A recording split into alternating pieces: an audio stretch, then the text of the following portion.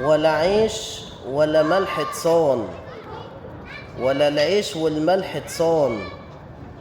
كلمة تقيلة بس أصدق وصف لخذلان يوجع القلب.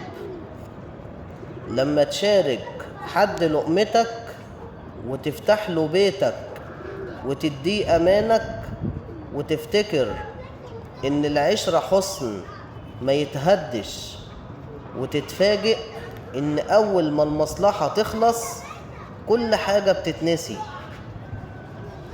مش كل اللي ضحك معاك صاحب، ولا كل اللي قعد على سفرتك أمين.